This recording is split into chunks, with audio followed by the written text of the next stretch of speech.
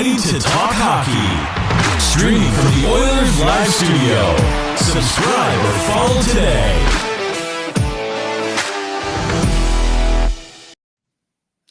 Hey, it's Oilers Live with a special edition. Thursday late night, if you're out here on the Atlantic coast. It's after 1 a.m. here. And, man, I mean, we wouldn't do this if it wasn't what we think has the potential to be big news. So just to catch everybody up, if you haven't been on X yet, you haven't seen, I posted earlier, and I don't post trade or break trades or information just because I heard it in the wind. But I got some intel from a source that I trust. And that source said that there's a trade coming down the pipe, and it's between Edmonton and Pittsburgh, and it's Jarry and Witherspoon. Jarry, goaltender, obviously. Witherspoon, left D. And to Pittsburgh, it's Skinner, Janmark, and let me be clear, it's draft picks. Okay?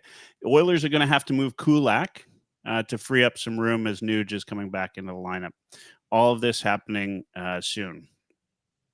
And so, as I said, I mean, I don't post anything unless if I think it's got legs, right? Like real legitimate legs. This is from a source that I know is connected, a source that I trust, somebody I've known for quite a while. That source says 100%. So I'm about 90%. Right? You know? But we're going to talk about it, guys, because you know what? I believe this source enough that it's worth having a special edition talking about what's going on. You can tell me if you guys, if there's any other rumors you've heard or anything else you want to talk about tonight. But we're going to talk about this, especially after some of the commentary going out today with Skinner getting the gears in the in the presser or in the press availability. Some of the things happening around the team.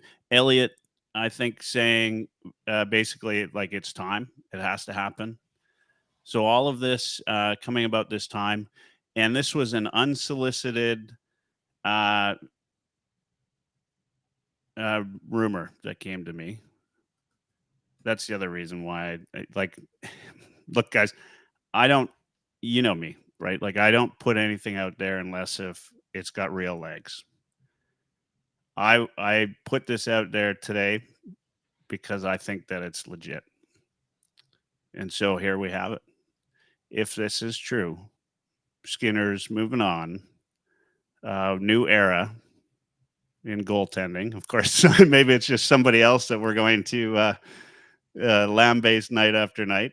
But this Witherspoon thing, again, if it's true, that's a pretty big deal. Blue Bullet Brad, Kevin, off air, we were talking about Blue Bullet Brad.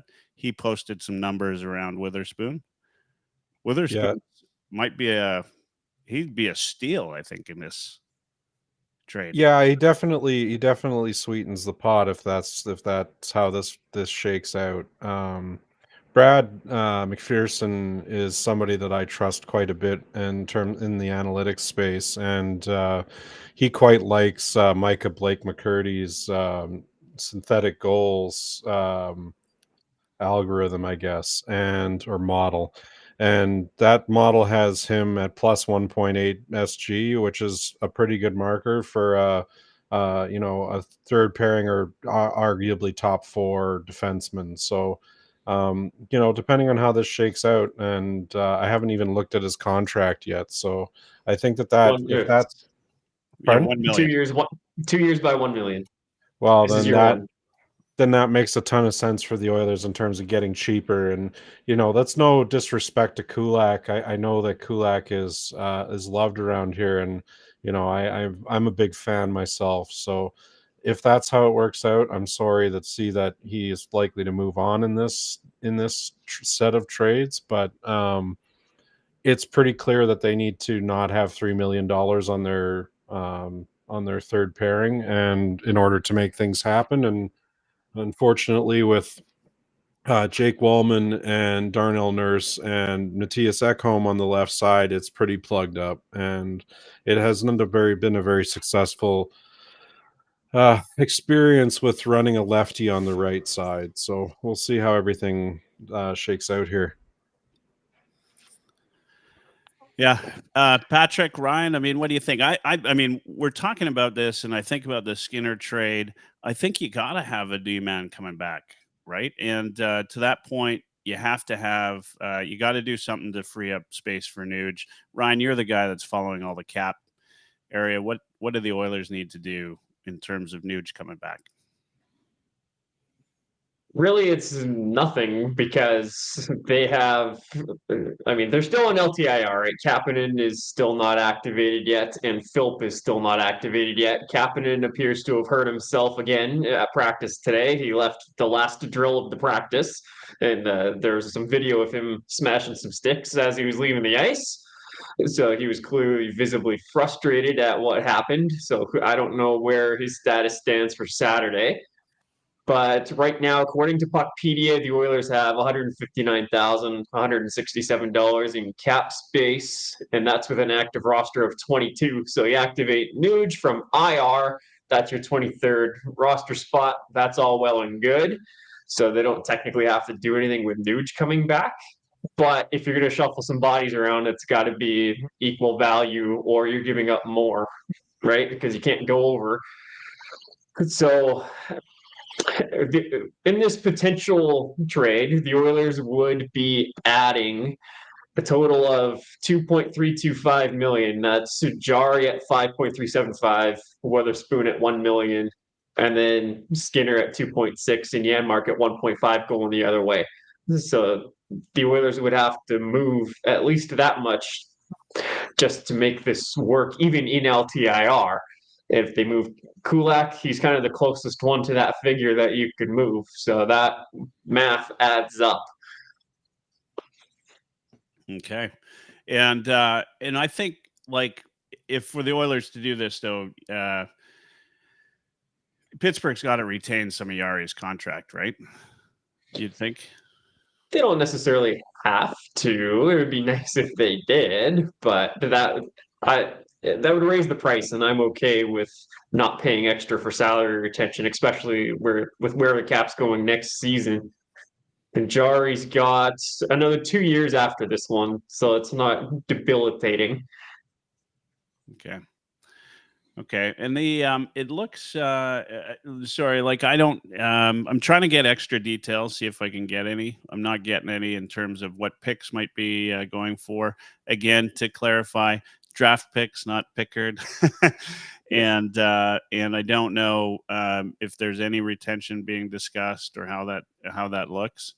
I've got a few more details about how this came about, how the information came about, and it sounds a little bit more legit. So, Patrick, any thoughts on this? I mean, there's a lot of smoke to it, so I wasn't surprised when you put out that post. It was looking like, well, I've been doing videos on my channel, The Oilers Fanatic, about Tristan Jarry possibly coming to the Edmonton Oilers for years now. So this isn't a new topic in oil country or anything like that. He's obviously got the Edmonton Oil Kings connection, so he's got history here in the city. It makes me a little bit nervous. He's obviously had a fantastic year so far, but I think that was in 7 or 8 games he's played so far, and I think it was just last year that he was being sent down to the AHL. So we're not getting a guaranteed thing here. That's for sure. I mean, there are no guarantees. Yeah. It has the potential to work out, but it's a risky move. I think you were mentioning retention there. They might consider taking Matthias Janmark back, kind of retention there, because Janmark's got another year left on his deal too, and he's not exactly a valuable trade piece at this point. So that might be, we'll take Janmark instead of retention type thing. Yeah, no, that's fair. That's fair. Might happen. Could happen that way. Wish I had a few more details so I could give more on that. The other thing, like, I think, everybody that's posted or reposted and commented, a lot of people I've been on Skinner for a little while now, right? For a number of years, in fact. But I'm excited. If I had to look at this, and let's say it comes down, I'm probably more excited about the Witherspoon piece than I am about anything else. Like it's, I don't know that we're upgrading a ton, right? Like we're just putting in something different. The Oilers still need to upgrade on D, right? If Kulak goes out, Witherspoon in, I think he's still a left defenseman. He's still and a he's left still defense, lefty, right? Yeah. right? Like that's Yeah. I know that I was up on getting a cheaper defenseman in there, but he's still a left defenseman. So they need again to do something on the right in order to make it all come together. And I don't know what that's going to be yet. Yeah, but Witherspoon seems like a good get though. Like you're Yeah, just looking at absolutely. natural stat trick, 5-on-5, Pittsburgh Penguins pairings. He and Erik Karlsson have the most minutes together for them this season, 322 and 50 seconds in 22 games. That's their top pairing. Yeah. He would not be top pairing here. He'd be bottom pairing on the left side, more than likely. But if he's getting that kind of minutes in Pittsburgh on a team that's doing all right so far, I don't mind that. Yeah, I mean I think that's exactly it, right? Maybe you're upgrading sort of down the lineup, which I think is a positive. Somebody And asked on X, like, is that an upgrade? I just don't see Jarry as an upgrade. I see it as something different, and I It's think a side grade. yeah, that's exactly Yeah. it. And right now, to Friedman's post about it, like the Oilers have to move Skinner. I don't think that like it's become one of those sort of scenarios where you can't win, right? It's like whether he if he has a good game tomorrow night, people won't trust him. I don't even know if the players 100% trust him, if I'm being honest. And so, if you have that in the room, then it's the only good thing for him is to move.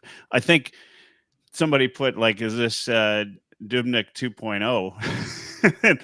and it could be, right? Like Skinner could go to a team that's got excellent D and just absolutely crush it. And then what? Like out come all the people that knew Skinner was good all along, right? Yeah. Braden asks, is there a forward coming back in a Kulak deal? I don't have any information on Kulak, just given the details that Kulak would be on the way out, which I think has been discussed for a little time now, because his is probably the easiest to move, right? yeah, he struggled mightily in the month of November, especially. And as Kevin kind of pointed out, they just extended Ekholm, they just extended Wallman. The left side's pretty crowded. This team's got to get younger, it's got to get faster. Kulak's going to be 32 in January, and Witherspoon is 28. So that gets that third pairing lefty position younger, cheaper, potentially faster, and not in the middle of a tire fire right now. Yeah. Yeah. Hey, Patrick, I mean, you'd heard some rumors about Jarry in the past. Was there anyone else that you'd heard in those rumors? I think it was wishful thinking, Darnell Nurse. Yeah. But yeah, I don't see Darnell Nurse being any part of this. Obviously he wasn't part of your report there. So yeah, I think it was because everyone was always trying to figure out how do you make the money work, right? Because you can't just take on, and then probably in an ideal situation before we got to where we are now it's Jarry and Skinner probably, right? And you have like a really strong tandem. But as we've been saying, I think we're at the point now where Skinner, I think, wants a fresh start. And to Kevin's point, and you were pointing out with Elliot Friedman as well, like this isn't a huge upgrade. It's a lateral move. It's a fresh start for both guys. Even though Jarry's already had kind of a resurgence this year with Pittsburgh, it is another fresh market where he can try and establish himself again. So yeah, I haven't heard anyone in particular before this. It was just mostly Darnell Nurse rumors. Yeah. Now somebody's commenting on YouTube, Jarry won't come to a loser. I mean, look, I'm curious though. I mean, Jarry's got a modified no trade, Well, that could be a possibility for him to blow that up, right? Like I hardly think the Oilers are a losing team. They're in a tough tough situation right now, but back-to-back cup finals, I hardly think, and two of the best players in the world, that most players would think that way. Now, having said that, coming to a Canadian city, right? Coming to a city where you've seen already how they treat their goalies. Listen to Skinner today in his quotes with Matheson. It's like, yeah, I mean, he grew up in Edmonton. He's seen this before, right? Like he knows, right? Like we're hard on goalies here. We're hard on players, not just goalies. No, Right? but Tristan's from Surrey, right? Like Yeah. he's not unfamiliar with the Canadian hockey market. He grew up in Vancouver, right? So I don't see that as being a huge problem for him. Again, this is still a rumor at this point, right? Yep. Like we have a reliable source that Michael trusts, so we're talking about the possibilities here. And I think that it's really is time, and you have to wonder too if Skinner was ready to try something else too, right? Like he's been under the microscope for a long time. This is a hard market to play hockey as a goalie, and I fully expect that he's going to go somewhere else, and we're going to see that there was a goalie there. I just don't think it was possible for him to be a goalie for us, if that makes sense. I think that relationship is a little bit I don't know if it's soured. I think that those guys are pretty tight, but I think the market and where Skinner's place is in the Edmonton region, he's loved by many and hated by some, and I understand maybe if it's time for a change of pace for both sides. The thing about Jarry too is he won a Mem Cup here, right? He's played in Edmonton before, and albeit in the junior market, absolutely. But he knows the city. He knows what's up here, and he's had some success here. I would assume his Mem Cup run was probably a positive experience, so it's not as if he's got a haunted house here that he's looking to avoid. So I don't see us being on his no trade list, but last year, Jarry's numbers were worse than Skinner's. Right? This year, they're far superior. Right? So, yeah, we don't know what we're going to get. But you go through his hockey DB. Last year was his only year where his save percentage has been below 900. And his GAA is generally in the mid to high twos, which is not bad on Penguins teams that have been middling at best. So, I mean, he's got a body of work, and he's a year older than Skinner. So, like, I like this better than going out and getting Jordan Binnington at 32 years old, right? The carpet may have already been pulled out from Binnington, right? Once you hit your 30s, it doesn't matter what position you're playing. There's an inevitable decline coming at some point, and sometimes it sneaks up on you real quick. So, like, I'd rather go with a guy who's kind of in that peak window, late 20s, like Jarry, but it's a lateral move for sure. Yeah, and I don't think the Oilers there's an upgrade available to the Oilers right now. Like that's the part people don't understand. If you got to go goaltender, why are you trading them? Yeah, right. Like unless it's an overcrowded situation like Pittsburgh's kind of got here, you're not like why would you trade a really good goaltender? It doesn't make sense. So this is a fresh start, change of scenery trade. It does kind of make sense for both sides, but I'm just hoping the price isn't too steep. Yeah, I mean, if I was to look at this from a Pittsburgh perspective, I mean, there's a whole bunch of people saying, "No, Pittsburgh wouldn't do this trade."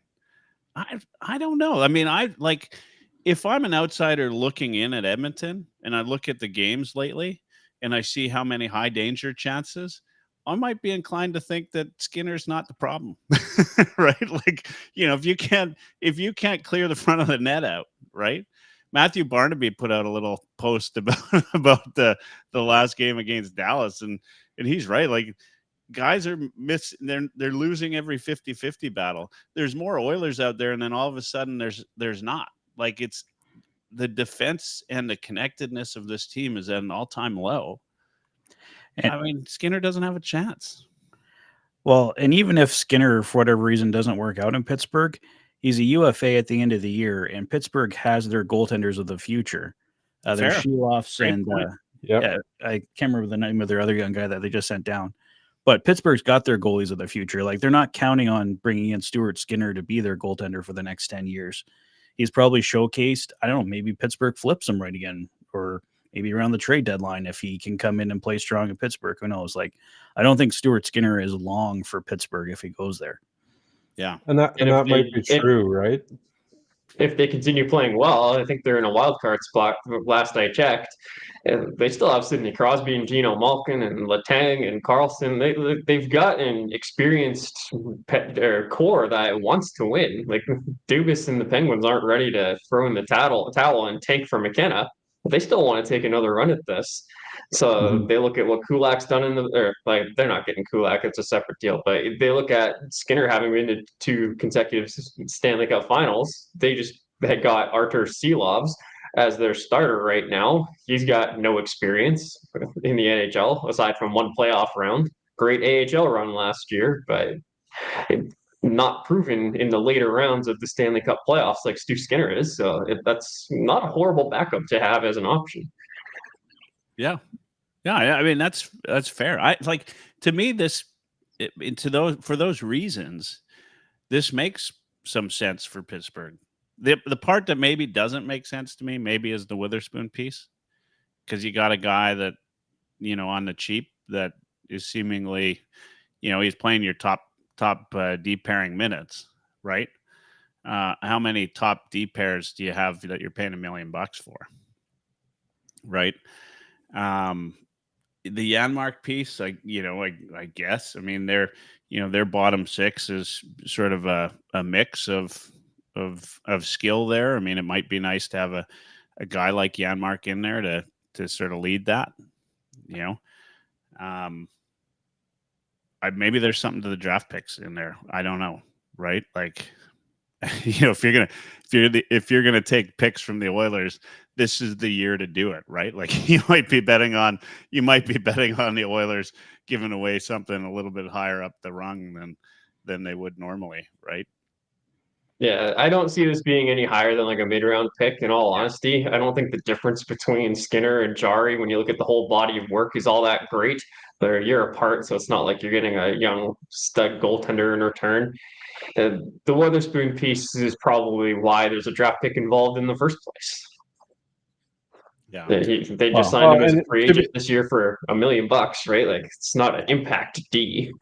I think the contract piece is the most important bit, though, right? If this happens exactly as described, they're getting a goalie that's a UFA at the end of this year, and we're taking a goalie that's, in some people's opinions, a poor contract, right? There's 3 more years left at $5 million and change on that 2 contract. after this one.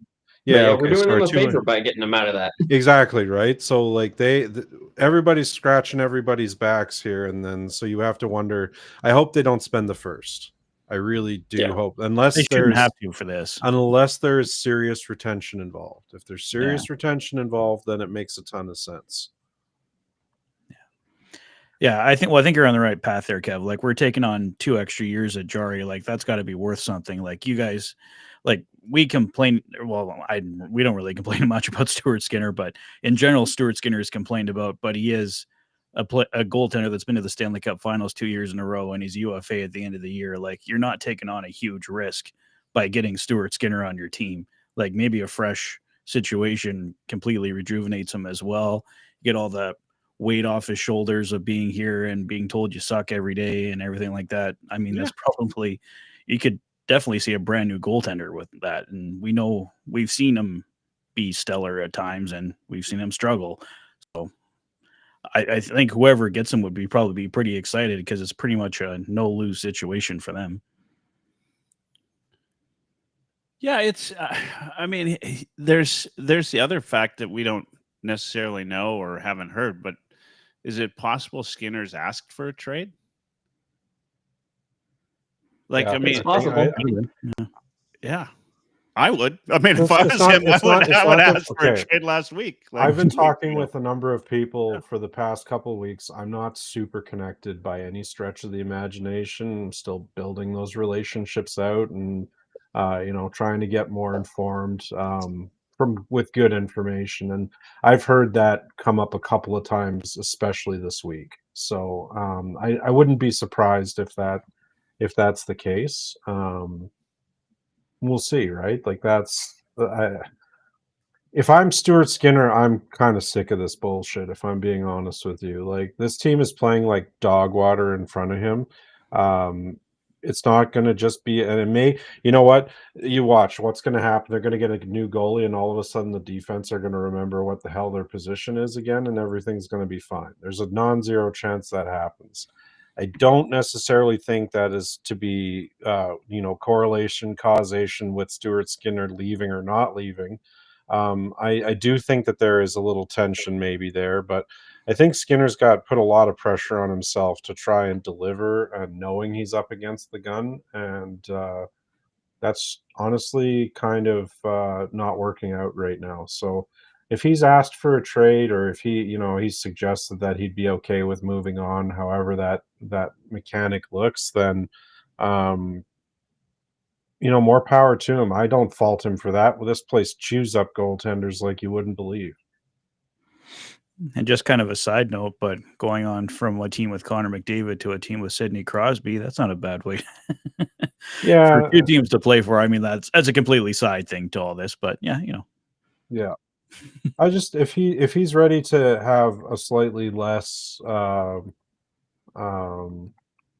high intensity environment, then this is probably a pretty good move for him. If that, again, like, all of this is still a little bit speculation, right? There's again, source we trust. There's a pretty good chance that this is going to go down exactly as listed, but we'll add that disclaimer that terms and conditions may apply. And I suspect that this is a trade that, when I think about it, makes a lot of sense for both teams. So it seems like it has some legitimacy to it. It's not like we're trading Connor McDavid for their like 9th round draft pick or something like that. It's has some semblance of sanity to it and balance. So yeah.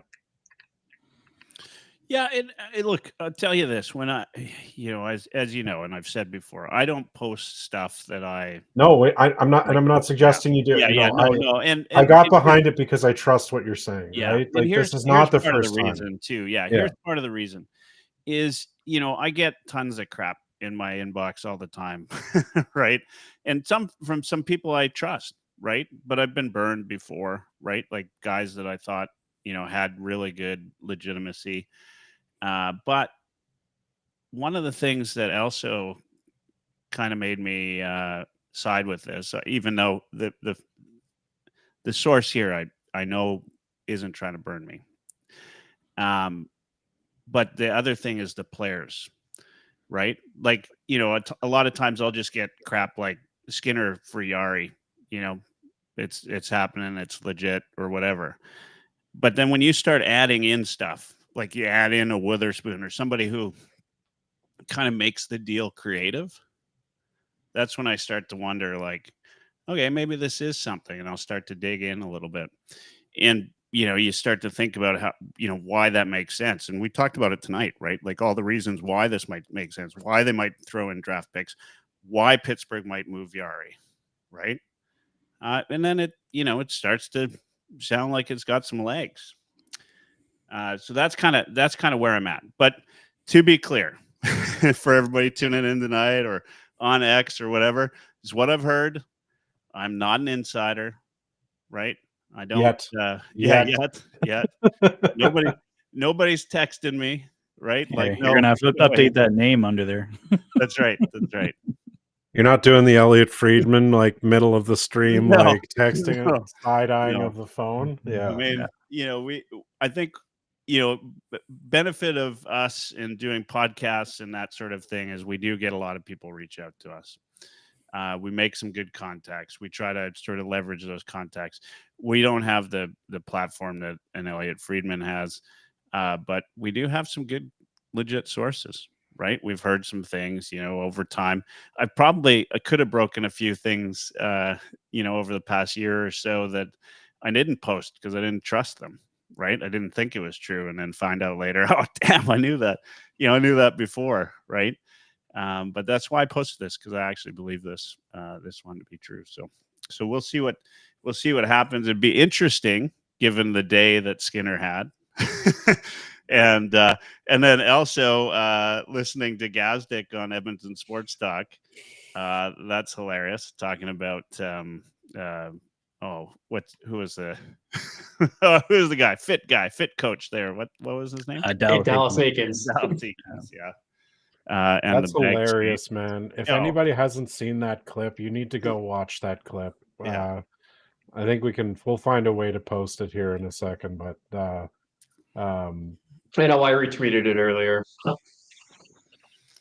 It is. Can you imagine just getting your puke your guts out level of bag skated and your coach gets fired before you get back to the dressing room? Like, can you imagine the satisfaction? Like, they said they went to Deluxe Burger afterwards. Like, that'd be the best cheeseburger you've ever eaten in your life, right? Like, yeah. So for those tuning in that don't know, go check out Edmonton Sports Talk. Check out Ryan's X page. He's reposted it. I should repost it later. Basically, Gazdick said that Decade of Darkness, night before, I guess, Dallas Eakins, or night of Dallas Eakins had a practice and bag skated them. No sticks. They just did mountains, like total bag skate. He said he was puking, the whole deal. They go to Deluxe Burger after the fact, and then they get the text or whatever to say Dallas is gone. So that bag skate would have been brutal, man. Like, if anybody listening has ever done mountains, that is the worst drill on the face of the earth. Nothing, especially if you chain a couple of them together, nothing makes you feel like you want to puke quite like doing mountains. For those that don't know, it's goal line, blue line, goal line, red line, goal line, far blue line, etc., so on and so forth, until you cycle through all the lines. Coaches really want to be an asshole about it. They throw in the ringette lines too. So if the ice has it, not a fun experience. I saw some chat in there about Sebastian Cossa. What I heard was that he's not available right now from Detroit. So don't know how much. I heard that he's not available, and I think the acquisition cost there would be pretty eye-watering. The Oilers wanted Cossa in the draft, and said somehow managed to swing and miss and take Borgo instead of yeah, I know. We spent a bunch of yesterday. Yeah, we've talked about this a bunch yesterday, so we're not going to revisit it, but enough to give any of us hives that remember it. Yeah, I have a piece on heavyhockey.com about it if you really want my opinion. Yeah. We always want your opinion, Ryan. Of course we do. That's why we keep adding you back. Yeah. Well, yeah, always might be a little bit of an exaggeration. So I'm guessing when he's ready, maybe Connor Ingram, the new backup to Jarry, if this all works out, or I don't know. I believe the suggestions out there that they might do what Colorado did last year, and that is really shake the can. I won't be surprised if they acquire a backup with Pickard from another organization. I've heard a couple names. They've been names that have been thrown around before, and some of them were available in the off season. You think about the DiPietros, or you think about the Alex Lyons, or you think about a few of those types of players, and I don't know if there's any truth to any of that, or if they're going to try and give Ingram a shot first. I mean, that would be the free move to the organization, but Buffalo's got a logjam of goalies. New Jersey, or not New Jersey, but there's goalies in the minors that you could make a case might be a good start to bring up. Again, DiPietro was available on waivers in October. and he's gone down and done like nine the 930s in save percentage and just been kind of, sub 2 goals against average. Really solid goalie that a lot of people were pretty excited about. Yeah. Sorry, I'm laughing. Like, the big argument about this trade is not whether it makes sense or whatever, but whether I meant Pickard or picks, draft picks. And there are people literally ready to throw Well, down. that's his nickname. I mean, I know, but like those people that are like, why would they trade Pickard? And then other people popping in and say, why, you're such a dumbass. There's no way they're trading Pickard. It's picks, draft picks. well, that's how I read it when I first yeah. read it. But of course, I've been hanging out with Russ Jericho all summer, so he's like a big Calvin Pickard guy. So I'm hearing picks constantly. So that's what my mind immediately goes to when I read that. I mean, that's like, if anything, you gotta love our fan base. It's great. If we switch things up a little bit, I mean, the latest news on the Oilers, of course, sadly, is Kapanen left the ice today in a bit of a fit, and we talked a little bit about this. Kapanen, a competitor like any NHL player, hasn't played in 18 games, is it? I think. Yeah, he's been out since weeks. It was out since the 19th of October, I think, was the last game that he played. The Detroit game. So apparently he injures himself on the last drill of the day. So, I mean, I don't know many players of that caliber that wouldn't be like seriously pissed off, right? So the sticks go flying. It's nothing to do with the team, right? But there's seemingly a bit of a contingent of fans that think, the team's at odds with each other because sticks are flying during practice. I think they're just reading headlines, if I'm being honest. But I think they're making up headlines in their heads because they want it to be true. Well, I did. I read the headline on it, and one article was "Sticks Flying at Oilers Practice." Yeah, and I think that's a ridiculous. Honestly, I posted about this. Some people got a little uppity about it, and that's fine. I understand why people believe that is a sign of, malcontent or whatever, but I honestly don't believe that. If I spent the last 6 weeks rehabbing an injury to my knee, and the last drill of practice the day before I'm supposed to get reactivated and then start playing, I re-hurt my knee and I'm back to square zero and potentially worse than that, I'm probably going to be pretty pissed off too. That's, these guys work exceptionally hard, and, you can throw out the all millionaires and crybabies and whatever else, but this is an incredibly difficult sport to play at the level that these guys play. It's really taxing on the body. They put a lot of effort into making sure that they're in peak physical condition. And to have a setback like that is really demoralizing, and I understand the emotional response.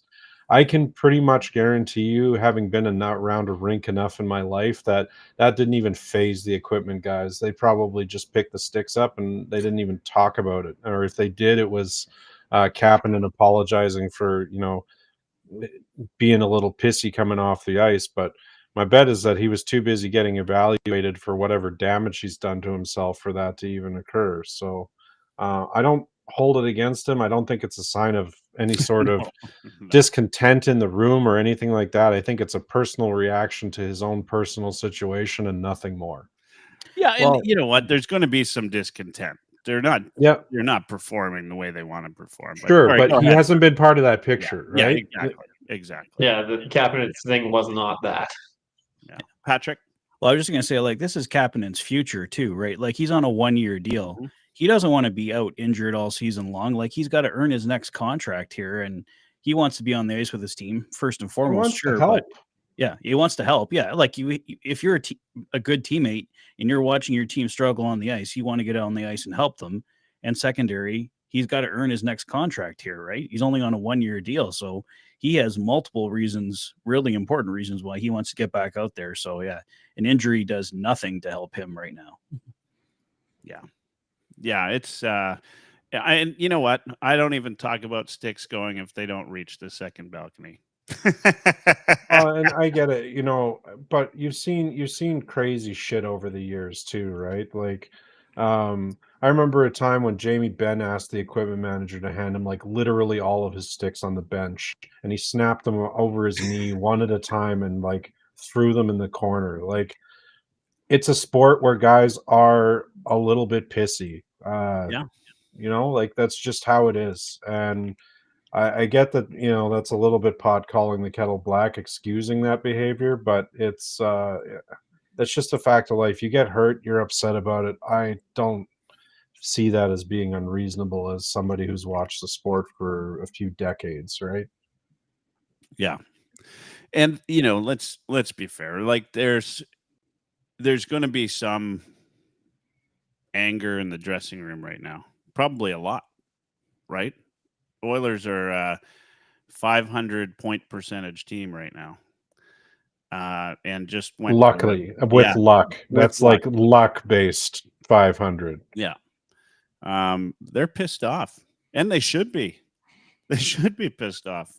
It's like, and look, they should welcome some type of a shakeup, like what we're talking about today too, because clearly something needs to happen in there. Something, whether it's coaching, whether it's goaltending, whether it's whatever. Look, a lot of people asking timeline on the trade. Apologies, I don't know, but I've got to think it's got to go down before the game Saturday. That's all. My assumption would be tomorrow. Yeah. Because they need time to travel. Yeah. Well, and when, like, I don't know when they don't usually announce trades at this time of night like that. Yeah, I don't even think the league office will accept them now. I think the registry only opens in the morning. So I won't be, if it goes down, it'll probably be tomorrow.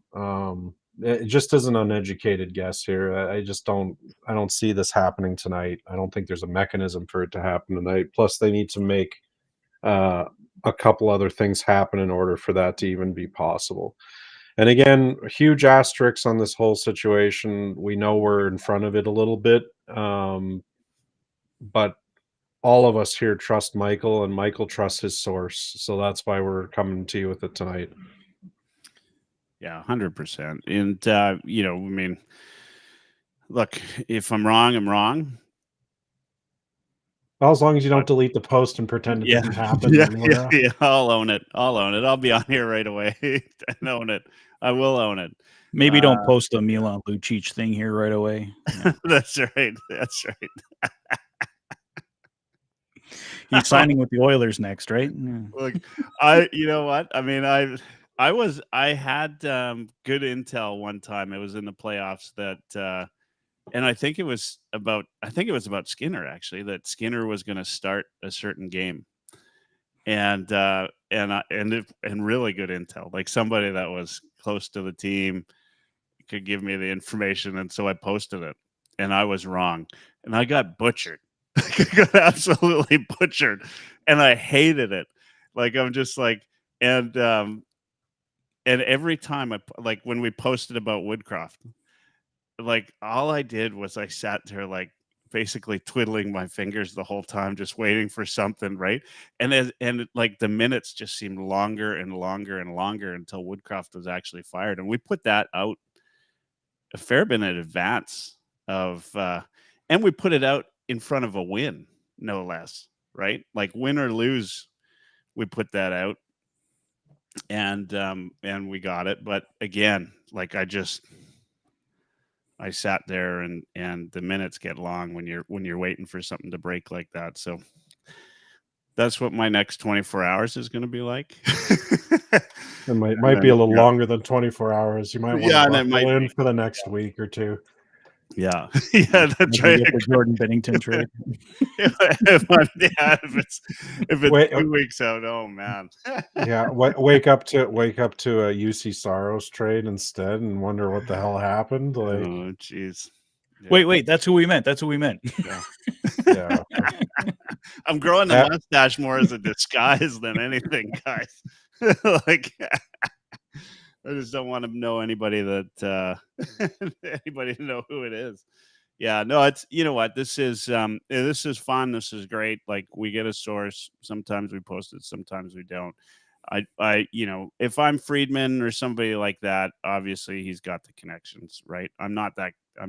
But look, we this is what we want, and to do and be ahead of, and we can have some fun with it. It's great. I think that and talk about it. This trade to me sounds legit. Like the more we talk about it, sounds exactly like the kind of trade that a couple of GMs might do at this point in their seasons. Pittsburgh started out hot, and they've kind of gone a little bit slower as of late, right? They're sitting in 8th position, I think. I better check that. Yeah, they're sitting right at the second wild card. I guess they're still 11, 6, and 5. I shouldn't say, but 3, 4, and 3 in their last 10. So, maybe now is the right time. And, Jarry, given where his contract's at, Skinner, where his contract's at, that makes sense on the Pittsburgh side for me. Edmonton needs to do something different on D. People are asking, what do you think about this, like moving Kulak out? I mean, this has been a rumor for a couple weeks now, I think. And it's not. I think based on his play, Yeah.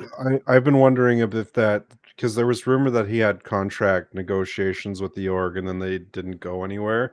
And ever since that rumor came out, I've been wondering if it was sort of mutually understood that this would be his last season with the organization. And I've honestly wondered if that's contributed to his below Brett Kulak average play, which is a very high bar. Don't get me wrong. He's a super reliable guy, local story, great hockey player, really smart, great skater, like fantastic skater. And we sort of have to make some sacrifices somewhere to make things happen if we're going to make things happen this year. And I think that given that there's some other no movement clauses that have leaned on those no movement clauses from every bit of information that's available, it sort of makes a bit of sense. Yeah. Well, I think, like you said before, like he's too much for our third pairing too, right? I mean, he's great to have. We love him in the playoffs and everything like that. But ultimately, if we're going to make moves, you got to cut from somewhere. And there's really nowhere else you can really cut that's a significant enough piece to create cap space. Yep. Yeah, and I don't think the Oilers want to pack it in and start thinking about next year. They still want to pursue a playoff spot and pursue a Stanley Cup championship here. So it sucks that they're in a situation where they have to sacrifice things off the roster to improve in other areas. I don't think they wanted it to go this way. I don't think they envisioned it going this way. But that's what happens when you're playing as poorly as the Oilers have played in the first 25 games or so, whatever number we're at here, especially having lost 2 of their last 3 at home by the ways that they did, getting absolutely trounced by Colorado and Dallas. So eventually there comes a point where you have to look at it and say, okay, we have to do something. I've been preaching patience, especially this year in sort of a transition year, but there's always comes a point where you got to do something, and it's unfortunate that it's coming at the cost of having to make some sacrifices elsewhere on the roster with a quality veteran player, but like Kulak. But as Kevin has pointed out, the writing was kind of on the wall for him anyway. So if we can get an asset for him, I'm for it. And I just don't see a way that they continue to, like, their left side is set, and it should be set. It should be Wallman. It should be Ekholm. It should be Nurse. We can talk all the shit we want to about Nurse's contract and whatever else. It's not productive. It doesn't help the situation. He has a full He has a full no movement clause, and absent some compelling evidence to the contrary, I don't see that likely to be something that they even consider unless he wants to leave. It's not healthy for us to speculate on that. He's a big part of this organization. He's very tight with the core group. I think that the realistic out here was Kulak. I am a little disappointed that we had to lose Troy Stetcher in the process in order to get it to this point. But I guess you can't. Hindsight is 20/20, right? Yeah. I wanted to ask about that Stetcher thing because I didn't follow it. Did he say some things after he moved to Toronto, like derogatory? Not exactly. He's Okay. What it not was, exactly. Like I wasn't Mike following it, Johnson. and I heard some things, but what did you guys hear? It was the morning the Stetcher's showing up to the rink for the first time. Mike Johnson just kind of in passing said, "They're throwing you straight into the fire, hey?" And Stetcher said, "I just left the fire." Right. So Okay. that's all it was. It was just a point to Edmonton being a intense market that was struggling, and going to Toronto, another intense market that's also struggling. That's all that was. Okay. Yeah, that makes more sense. I wondered. Stetcher doesn't seem like the type to do that, but and I couldn't find the source of it. Not that I looked that hard. I didn't really care, to be honest with you, but I cared enough to ask just now. Yeah, it was. Some people made it noteworthy, but yeah, it really wasn't. Yeah. Some of the comments on X, I always love, like keyboard warriors. You're not an insider. This is BS. Right under my name there, it says not an insider.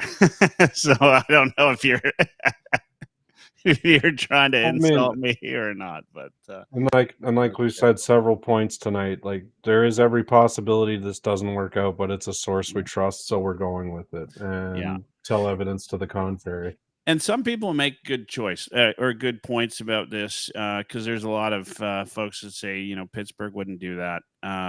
Pittsburgh and Dubas specifically, like he's all about picks and building up exactly the way, Ryan, you'd love to build a team, right? Like start building the, filling the cupboards, right, with prospects. So this is right in line with the Dubas type of deal. Right. I think, like we look at Witherspoon. I mean, this is, here's a guy, he's never played a full season in the NHL. Right. So, we don't see him as often as Pittsburgh fans do. So I don't know.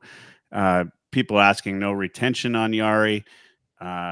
What's in it for Pittsburgh? Well, I mean, Skinner's at the end of a deal, right? They can either, they either have a goalie that they sign or they let him go, right? Like this is, I think, exactly what they need given the future they have with goaltending.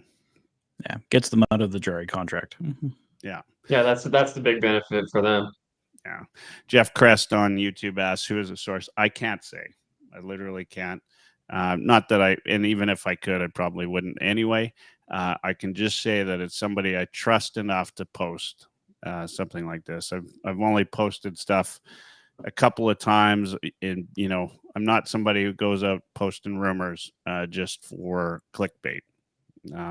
Although clearly this one, this is a meaningful topic to a lot of Oilers fans. I guess when I did post it, I did figure it would be picked up. It's been. People are going with it. Obviously, everybody's got their opinions that they have, right? So any other thoughts, guys?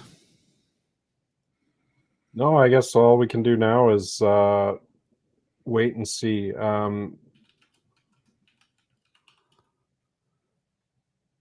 I wanted to address this one because I know people really like Saros. I get it. I really do. I do not think that any goalie in that price point is any sort of reasonable target for anything but next summer. Like, could they maybe get him? Yeah, that's a great comment. Sorry to interrupt you, but I loved it too. Yeah. Great. Now we're into source validation. Yeah. I don't think that you're going to see them go after a Saros or another, $10 million goalie or $8 million goalie this season. They don't have the cap space. There's, like guys, in order to make that happen, you're talking about trading pieces that are really, really going to hurt. Like, you're talking about trading Nugent Hopkins. You're talking about trading potentially Matthias Ekholm. You're talking about, like, and they just signed him to a new deal. Like, that's the kind of dollar amount you need to move to make a deal like that work. Never mind the draft capital or organizational prospects that you have to send with it. Or you pay through the nose for retention for the next 7 years. Yeah, for like a goaltender that's signed to his late 30s. That's signed to his late 30s and then frankly having a shitty year in front of a not very good team. You know, we're again, we're not going to disclose sources tonight. That's not, you know, nobody would ask Elliot nobody would ask Elliot to disclose his sources. We're not going to be doing that with ours. It's just something that we're going to see if Michael's intuition is onto something here, and to me, the trade makes a lot of sense. Yeah, it does. The more I look at it, I think it makes some sense. I know there's all sorts of opinions on it, but there's a lot of different pieces in here for a couple of teams that are, you know, at different stages, right, and different players at different stages. You know, I think it's look, if it doesn't happen, look, I eat shit, and we're all going to look real silly, but you know what? Yeah. Wouldn't be the first time this week, so I can crop myself out of here. That's right. That's right. Missouri loves company, right? Yeah. Yeah. Maybe Tristan will post my picture and oh, that's low, man. That's low. What are you referring to? Did something happen? No, let's not. Let's No, not. no. I don't even want to talk about it. I don't Oh, want to talk about it. Yeah. No, you know what? Look, I like I've said, I trust that this is that it's real. At least it's got legs. That there's some truth to this. Like anything, until the paper is signed or the ink is on the deal, then you don't know for sure 100%. And I mean, but look, this is the Oilers fans, I think, want to change. Clearly. You know, Merrick's talked about Skinner going out. Friedman's talked about Skinner going out. Oilers fanatic has talked about Skinner going out. Right? Like, I think that something's going to happen, right? And so, you know, at the end of the day, that's what we'll be talking about next week. Where did Skinner go? And you know, wow, Michael sure beat that one, right? Or maybe I'm not invited back on my own pod again. You hope. Yeah, we'll see.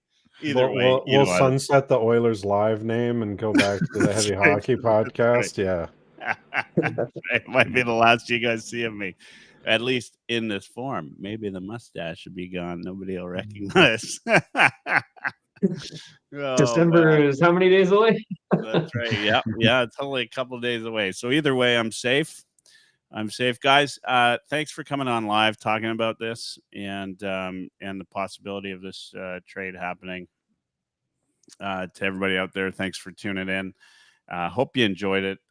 Look, whatever side you're on, I hope this is good intel, because, you know, like at the end of the day, we want to. Me too.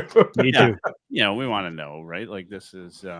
We want to know, but we also don't want to be the guys that are, you know, ringing the, you know, screaming fire inside the theater, right? Like, that's not what any of us are about. So,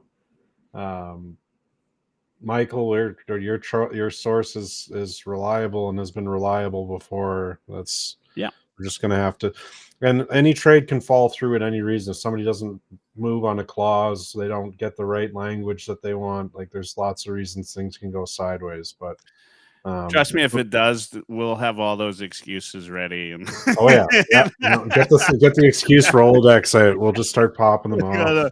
I got them ready.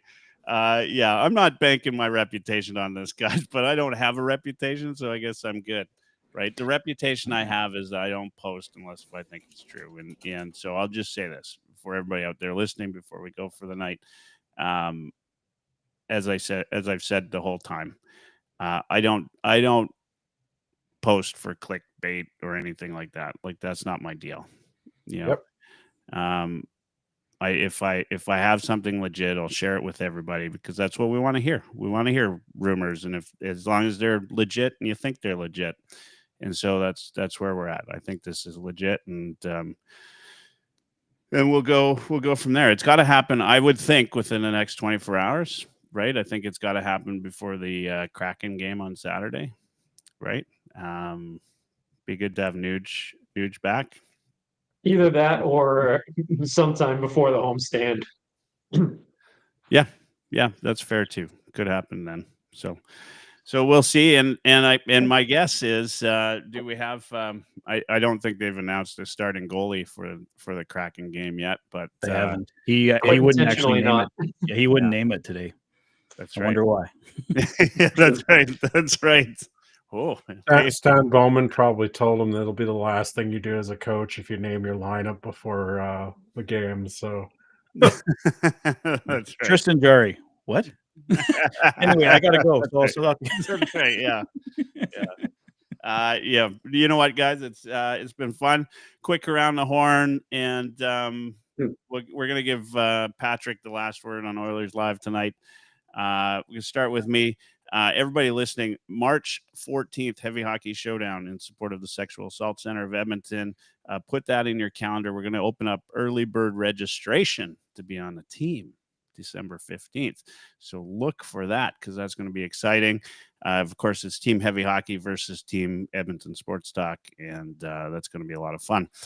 That's all I've got. I've got a couple guests lined up for Oilers Live. Of course, every Wednesday night, we've got the Heavy Hockey podcast with these three folks, and any number of the Heavy Hockey crew on there, me on occasion. So appreciate that. I'm going to continue with this Oilers Live on these sort of random times. It's 2:15 here, by the way, in Atlantic Canada. So crazy times for me. Ryan, Kevin, Patrick, finish us off. Everybody else, have a good night. So it's certainly an intriguing potential deal if it goes down. It's not the move I would make, though. If it was me, I'd be going after a younger goaltender that hasn't reached his prime yet, whose best years are in front of him still. If there's one guy from the Penguins I'd go after, it would be Joel Blomqvist. But there'd be some other young guys I'd probably want to go after before that, like a DiPietro type of guy. I'd even be super interested in the guy in Chicago, Arvid Soderblom, relationship with Peter Aubry. But if this is the way it goes down, and again, I trust Michael and his source here as well, it's kind of a lateral move, and it just feels like something's got to give here, right? It's just the way the season's gone so far, and this with the negativity flowing around the team, something's got to change, and this seems like the most obvious one to make. So I think that's why this avenue is being explored as closely as it is, and why we might see this happen as soon as tomorrow. So we'll see how it shakes out, but we'll keep our eyes open. It'll be an exciting week in oil country, I think. I think so. Kevin? Again, I think that, as it seems like an NHL deal that two GMs would make, right? Like it has all the markers, a tit for tat, a this for that, all the pieces to that make it make sense for both organizations. You see a lot of trade proposals out there that are really one-sided or just total shit kickings for one team or the other. And this seems like a deck shuffle for both orgs. This gets Pittsburgh what they want, which is to free up as much money in future cap in exchange for, picks and draft capital, and hopefully we don't see any of our prospects leaving with it. I would think that would be a bit of an overpay, because in some ways it's each team doing each other a favor. But I also won't be surprised if this isn't. I know that okay, let me rephrase that. I don't think it'll be the only move. We know that the Kulak piece is part of that, but I think it goes farther than that still. I won't be surprised to see if, either with Kulak or in a separate deal that they also move Calvin Pickard, or they bring in another goalie somehow and put Calvin Pickard in Bakersfield. I don't know how that's going to play out, but it's sure seeming like Stan's kind of had enough and is ready to start making his midseason mark on the team. Awesome. Take us home, Patrick. You know the rules. Say goodnight when you're done. Yeah, I'm with you lots. I don't know if this is the deal I would have done, but I think they probably feel some pressure to bring in a name of some recognition. I don't know if your key piece you're bringing in is an unproven goaltender, if that would be too much of a trying to sell it. So I could still see if they do move on from Calvin Pickard, maybe one of those guys that isn't as proven comes in as Jarry's backup, unless they plan to go with Connor Ingram. So we'll see what transpires there. There was some talk about the Oilers looking for another tough guy as well up front. So there might be a move coming in at the forward ranks as well. We'll see if anything comes of that, but the goalies are probably the immediate thing happening here. So we'll be following it. And Michael, thanks for sharing the information with us. If nothing else, this was a fun, entertaining hour of hockey talk. So it's a no-lose situation, I think, no matter what. So thank you, everyone, for joining us in the chat tonight. And yeah, as always, hit that like button, hit that subscribe button. Have a great night, everyone.